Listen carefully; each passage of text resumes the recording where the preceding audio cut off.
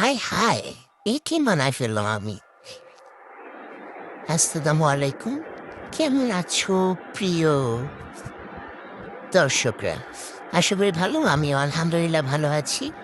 দেখো কি থেকে কি বানিয়ে ফেললাম আমি। প্রথমে তো ভেবেছিলাম আমি পারবোই না। কিন্তু এরপরে যা দেখলাম, এরপর আমি নিজেই অবাক হয়ে গেলাম যে এটা আমি করছি। ওয়াও!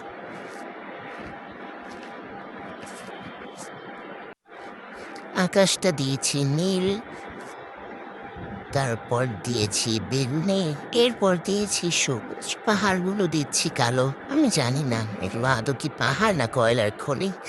আচ্ছা যাই হোক, দিয়ে দিলাম। তারপরে আবার সাদা সাদা কিছু দিয়েছি। মূলত আমি এটাকে বোঝানোর চেষ্টা করছি যে পাহাড়ের উপরে তুষারপাত হয়েছে, তো এমন সাদা সাদা পড়ে রয়েছে এরকম আর কি। এরপর সবুজ মাটিতে কিছু ঘাস আবার সর্বোচ্চ চেষ্টাটুকু করেছি। এরপর এতটুকুই আঁকতে পারছি, কারণ এরপর আঁকা এত নিখুঁতভাবে ঘাস দেওয়ার টু মাচ ধৈর্য আমার ছিল না। এরপর ছোট ছোট করে ফুল আঁকা শুরু করলাম। কেমন হচ্ছে ফুলগুলো দেখতেই পাচ্ছ। আর শেষে গিয়ে যে আমার সাথে কি হলো সেটা আর কি বলবো, বলার বাহিরে। মানে তোমরা অপেক্ষা করো, এরপরে দেখতে পাবো আমি শেষে কি একটা কাহিনী কইরা বসছি। মানে অতিরিক্ত বুঝতে গেলে যা হয়। বাট আমার কাছে মনে হয় যে না, এটা খারাপ হয় নাই। উম, এটাও চলবে। কিন্তু তোমরা না টেনে পুরো ভিডিওটা শেষ পর্যন্ত দেখলে আমি খুশি হব। আর আমি একজন নতুন ইউটিউবার, তার উপরে আর্টিস্ট। মোটামুটি খুব একটা ভালো পারি না, খুব উম, খারাপও পারি না, মোটামুটি চলে আর কি। কিন্তু চেষ্টা করছি তোমাদের সাথে আমার সর্বোচ্চ ভালোটা শেয়ার করে। তোমরা প্রত্যেকে আমার পাশে থাকবা, সাবস্ক্রাইব করবা, লাইক কমেন্ট শেয়ার তো অবশ্যই করবা। আর আমার প্রত্যেকটা ভিডিও সম্পূর্ণ দেখবা, তাতে আমি অনেক খুশি হব। আর বড় যারা আছে তারা অবশ্যই আমার জন্য দোয়া করবেন যেন আমার সামনের পথটা আরো সুন্দর হয়। যাই হোক, অনেক কিছু বলে ফেললাম। নীল আকাশে এখন সাদা সাদা মেঘের ছোঁয়া দিচ্ছি। কতগুলো মেঘ হাতে গোনা যাবে আর কি, মেঘ এরকম। তো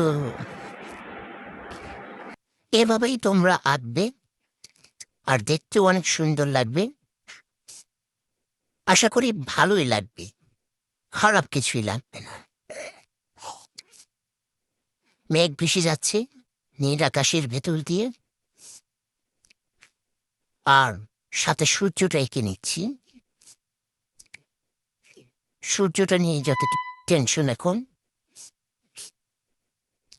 বিভিন্ন রং দিয়ে তুলে দিয়ে আঁকতে হচ্ছে। আর সেই সাথে আরো একটি কথা বলে রাখি, যে মেঘ ভেসে যাচ্ছে নীল আকাশের মাঝে। সে নীল আকাশ আঁকতে আঁকতে এখানে কোনো রাস্তা নেই। রাস্তা থাকতে, বাট এই নীল আকাশের নিচে রাস্তা না থাকলে অনেক ঘাস আছে। তোমরা এই ঘাসের মধ্যে আবার পইরা যে একটু হারায় যেও না, কারণ অনেক ঘাস, অনেক ফুল, হারিয়ে যাওয়ার অনেক সম্ভাবনা আছে। যাই হোক, যেটা বলতেছিলাম তাদেরকে শেষের দেখে যে আমি একটা বিশ্রী পরিস্থিতি তৈরি করছি, আশা করি সেটা বুঝতেই পারতো। সেটা হচ্ছে সূর্যটার একটু বেশি ঢং করে রাখতে যে এমন পিছলাই দিছি আর কি।